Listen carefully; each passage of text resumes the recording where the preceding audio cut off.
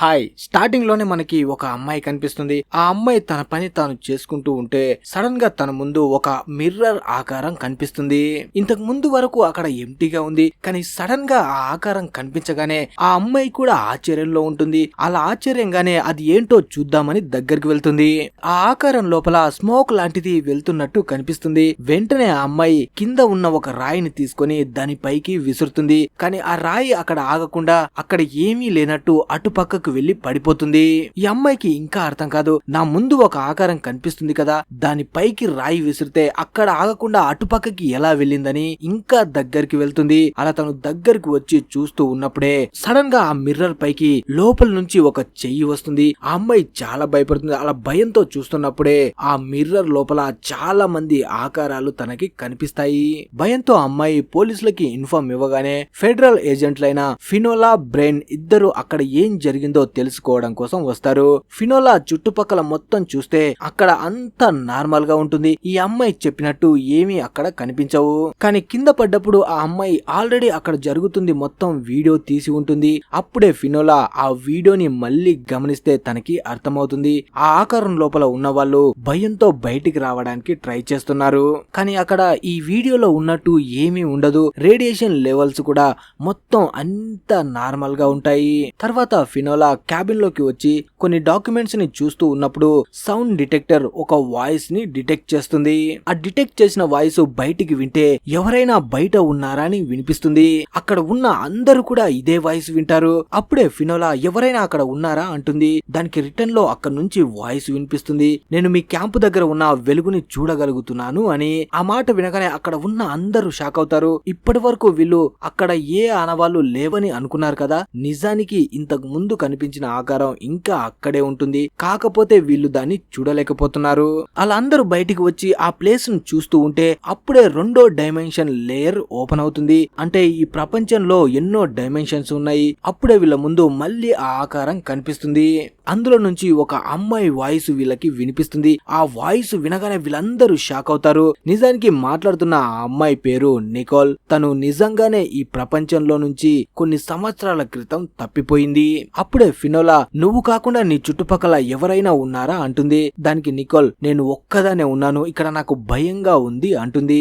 అది విని ఫినోలా ఇంకేదో మాట్లాడదాం అనుకుంటుంది. కానీ అప్పుడే ఎలక్ట్రోమాగ్నెటిక్ ఫీల్డ్ లో కొంచెం గందరగోళం ఏర్పడుతుంది. దాని కారణంగా వీళ్ళు చూస్తూ ఉండగానే ఆ రెండో డైమెన్షన్ లేయర్ అక్కడ నుంచి మాయమవుతుంది.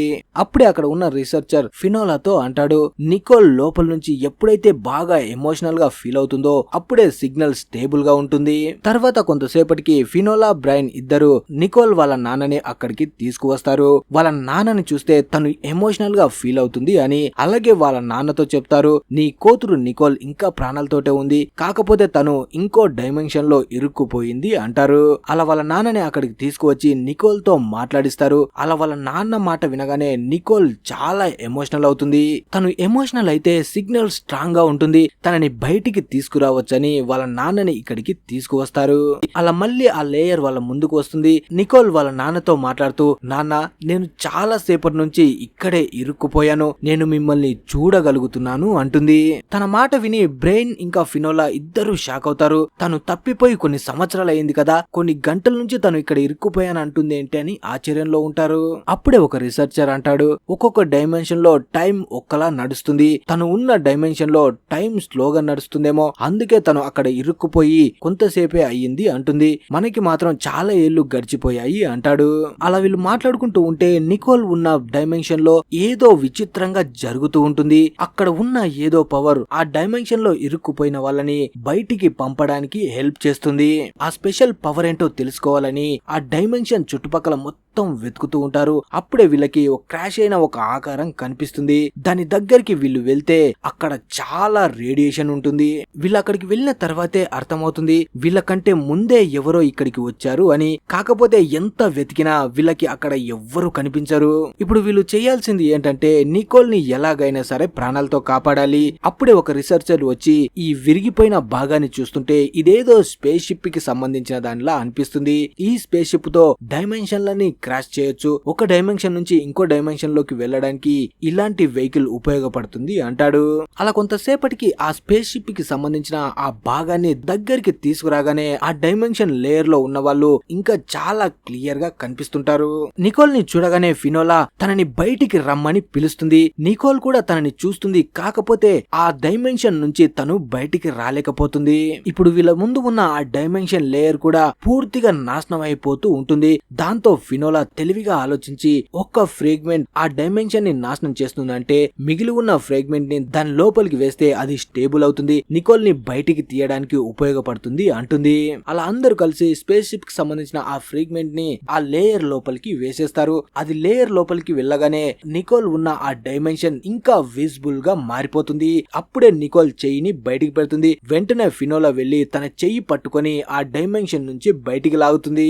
తనని కాపాడామని ఫినోలా వాళ్ళు చాలా సంతోషపడతారు. కాకపోతే తనతో పాటు ఎవరెవరైతే ఇంతకు ముందు కూడా ఆ డైమెన్షన్ లోపలికి వెళ్లారో వాళ్ళందరూ ఇప్పుడు బయటికి వచ్చేసి ఉంటారు. తర్వాత మనకి మ్యాడాక్స్ అనే వ్యక్తి కనిపిస్తాడు. తను తన ఇంట్లో ఉన్నప్పుడు ఇంట్లో వెలుగుతున్న ఫైర్ సడన్ గా ఆరిపోతుంది. దాంతో తనకి ఏదో డౌట్ గా ఉంటుంది. అలా ఏంటని బయటికి వస్తూ ఉంటే తన శ్వాస తీసుకోవడానికి కూడా ఇబ్బంది పడుతుంటాడు. వెంటనే విండో దగ్గరికి వచ్చి బయటి గాలిని పీల్చుకోవడానికి ట్రై చేస్తాడు. కానీ విండో దగ్గరికి వచ్చి చూస్తే బయట పరిస్థితి ఇంకా దారుణంగా ఉంటుంది. వర్షం కూడా విచిత్రమైన కలర్ లో పడుతూ ఉంటుంది. బయట ఉన్న జనం అందరూ భయంతో పరుగులు పెడుతుంటారు. మెడాక్స్ మాత్రం బయట ఏం జరుగుతుందో తెలుసుకుందామని రెయిన్ కోట్ వేసుకుని బయటికి వస్తాడు. బయటికి వచ్చాకే తనకి అర్థమవుతుంది పడుతున్న వర్షంలో ఏదో మిక్స్ అయ్యింది. దాని కారణంగా వర్షం కూడా విచిత్రమైన కలర్ లో ఉంది. అలా దాన్ని చూస్తూనే ముందుకు వెళ్తే ముందు ఉన్న పంట మొత్తం నాశనమై కనిపిస్తుంది. ఇంతకు ముందు వరకు పచ్చదనంతో కలకలనేది మొత్తం ఇప్పుడు ఒక్క వర్షంతో నాశనమైపోయింది.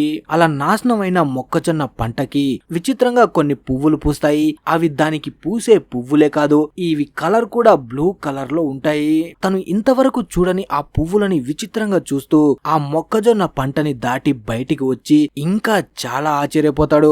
ఎందుకంటే ఆ పడుతున్న వర్షం ఆ పంట వరకే పడుతుంది. అది దాటి వస్తే బయటి ప్రపంచం మొత్తం నార్మల్ గానే ఉంటుంది.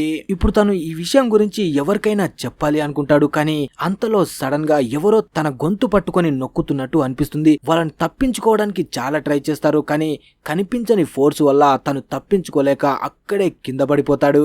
తర్వాత ఈ విషయం గురించి ఫెడరల్ ఏజెంట్లకి తెలుస్తుంది. ఫినోలా, బ్రెయిన్ ఇద్దరు అక్కడికి వస్తారు. ఆ టౌన్ ని దూరం నుంచి చూస్తూ ఉంటే ఆ టౌన్ పైనే మొత్తం మేఘాలు కమ్మేసుకొని వర్షం పడుతూ కనిపిస్తుంది. అలా ఫినోలా వాళ్ళు అక్కడికి వచ్చి అక్కడ ఉన్న ఆఫీసర్స్ ని అడిగితే వాళ్ళు చెప్పింది ఏంటంటే, మేము ఆ టౌన్ తో కాంటాక్ట్ అవ్వలేకపోతున్నాం. అక్కడ చనిపోయిన వాళ్ళందరిపై టెస్ట్ చేస్తే తెలిసింది ఏంటంటే వాళ్ళకి ఆక్సిజన్ అందక చనిపోయారు. ఈ సంఘటన బట్టి వీళ్ళు అర్థం చేసుకుంటారు గాలిలో వాటర్ లో ఏదో మార్పు వచ్చింది అని. కాకపోతే విచిత్రం ఏంటంటే ఆ మార్పు కేవలం ఆ టౌన్ వరకే ఉంటుంది. వీళ్ళు అక్కడికి వెళ్లి చూస్తే వర్షం కూడా వీళ్ళు ఉన్న చోట కాకుండా ఆ టౌన్ సర్కిల్ దాటి బయటికి పడదు. వెంటనే ఫినోలా, బ్రెయిన్ ఇద్దరు సూట్లు వేసుకొని ఆ టౌన్ లోపలికి బయలుదేరుతారు. లోపలికి వచ్చి మొత్తం టెస్ట్ చేసిన తర్వాత వీళ్ళకి తెలిసేది ఏంటంటే ఇప్పుడు ఆ టౌన్ లో మనుషులు బతకలేరు అని. అలాగే అక్కడ పడుతున్న సూర్యకాంతి కూడా మారిపోతుంది. ఇంకా కొంచెం ముందుకు వెళ్తే వీళ్ళకి ఆ మొక్కజొన్నకి పూసిన వింత ఫ్లవర్స్ కనిపిస్తాయి.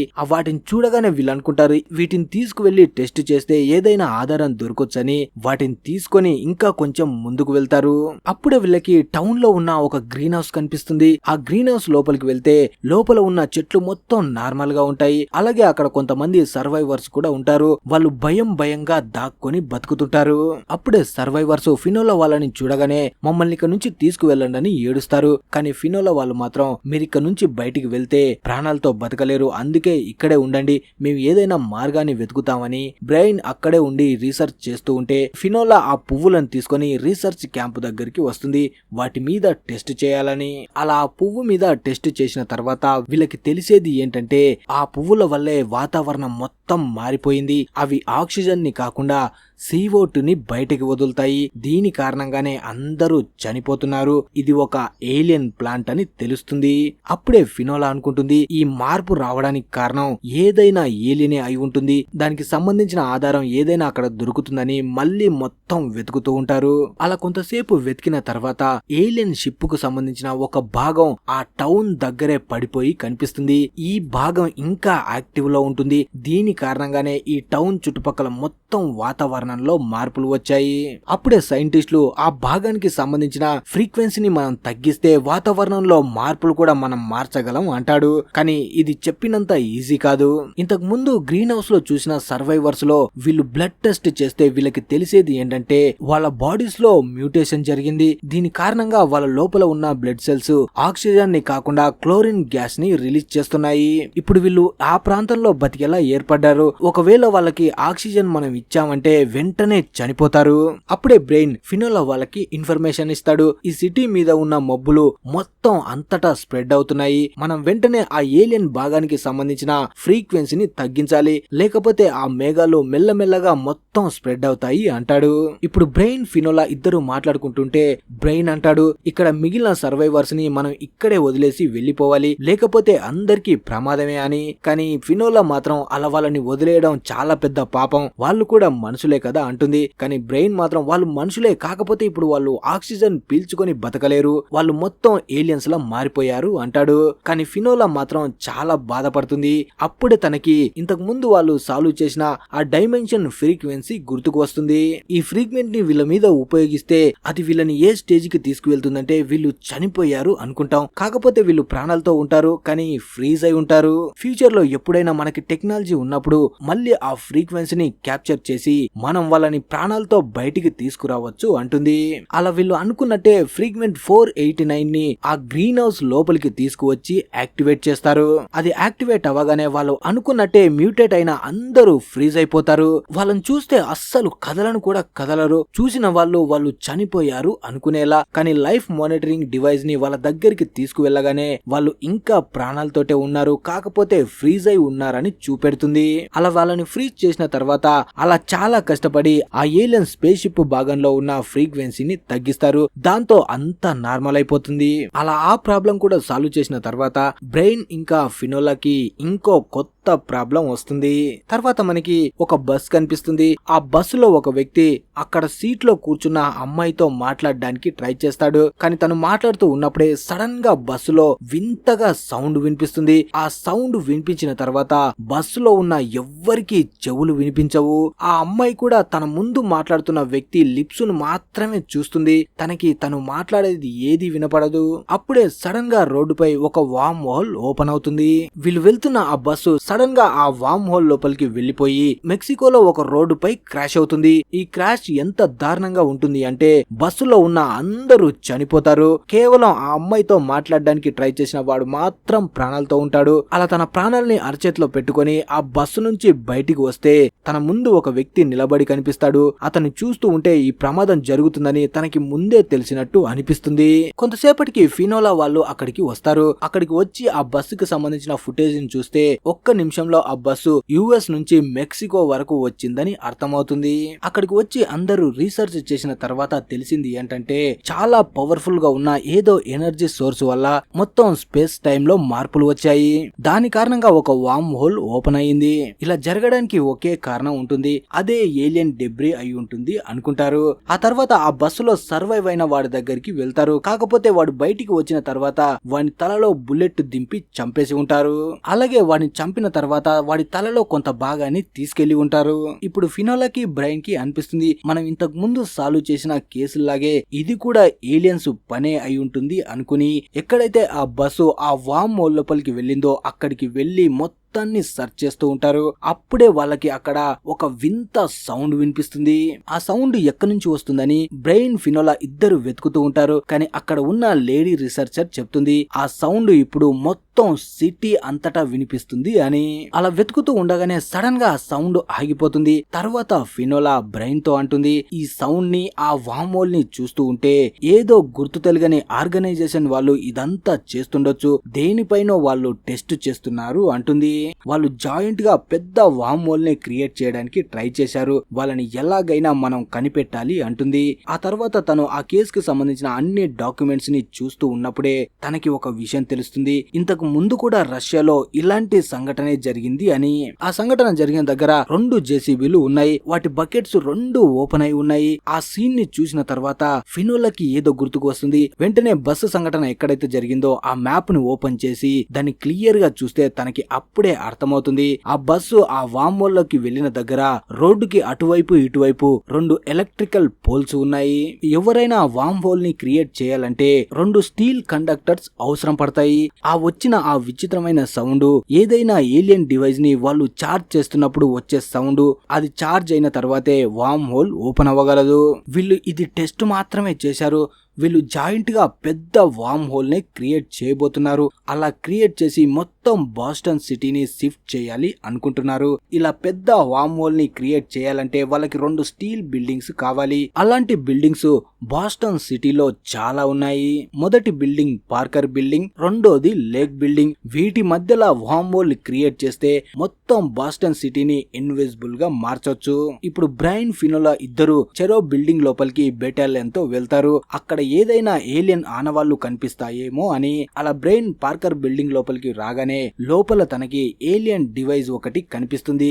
వెంటనే రీసెర్చ్ టీమ్ కి కాల్ చేసి చెప్తాడు ఆ డివైస్ ఏంటో చెక్ చేయమని. కానీ రీసెర్చ్ టీమ్ అక్కడికి వస్తూ ఉంటే ఫినోలా అనుకున్నట్టే ఏదో గుర్తు తెలియని ఆర్గనైజేషన్ వాళ్ళు అక్కడికి వచ్చి రీసెర్చ్ టీమ్ పై అటాక్ చేస్తారు. అప్పుడే బ్రెయిన్ అక్కడికి వచ్చి ఆ లేడీ రీసెర్చర్ ని కాపాడతాడు. ఇక్కడ ఫినోలా టీమ్ పై కూడా ఎవరో అటాక్ చేస్తారు. ఆ అటాక్ లో ఫినోలా టీమ్ మెంబర్స్ అందరూ గాయపడతారు. ఫినోలా మాత్రం వెనక్కి తగ్గేదే లేదని వాళ్ళని పట్టుకోవడానికి వెంటపడుతుంది. ఇప్పుడు ఆ ఆర్గనైజేషన్ లో 2 వ్యక్తులు మిగులుతారు. ఒకరి దగ్గర ఒక విచిత్రమైన డివైస్ ఉంటుంది. అప్పుడే ఇంకొకడు వాడి దగ్గరికి వచ్చి నేను ఆ ఆఫీసర్ ని ఆపుతాను, నువ్వు వెళ్లి ఈ రిలెక్ ని యాక్టివేట్ చేసి బ్లాక్ హోల్ ని ఓపెన్ చేయని తనకి ఒక పిల్ ఇస్తాడు. ఆ తర్వాత తను గన్ తీసుకుని ఫినోలా వైపు ఫైర్ చేయగానే తను ఆ డివైస్ ఉన్నవాడిని వదిలేసి ఇతని వెంట పడుతుంది. ఆ డివైస్ పట్టుకున్నవాడు బిల్డింగ్ బయటికి వచ్చాక తనకి ఇంతకు ముందు ఇచ్చిన ఆ పిల్ ని వేసుకోగానే తను మళ్ళీ ట్రాన్స్పోర్ట్ అయ్యి బిల్డింగ్ లోపలికి వచ్చేస్తాడు. ఆ డివైస్ ని అక్కడ ఫిట్ చేసి యాక్టివేట్ చేస్తాడు. అప్పుడే బ్రెయిన్ కి ఒక వింత సౌండ్ వినిపిస్తుంది. ఇప్పుడు బ్రెయిన్ దగ్గర రీసెర్చ్ టీమ్ కి సంబంధించిన ఒక లేడీ గాయపడి ఉంటుంది. తను బ్రెయిన్ తో చెప్తుంది ఫ్రీక్వెన్సీ లోవరింగ్ డివైస్ ని యాక్టివేట్ చేయమని అంటుంది. అలా తను ఆ ఫ్రీక్వెన్సీని యాక్టివేట్ చేయగానే ఆ ఏలియన్ డివైస్ పనిచేయడం ఆగిపోతుంది. అలా బాస్టన్ సిటీ నాశనం కాకుండా కాపాడతారు. ఇక్కడ ఫినోలా కూడా ఆ పారిపోతున్న వాడిని పట్టుకుంటుంది.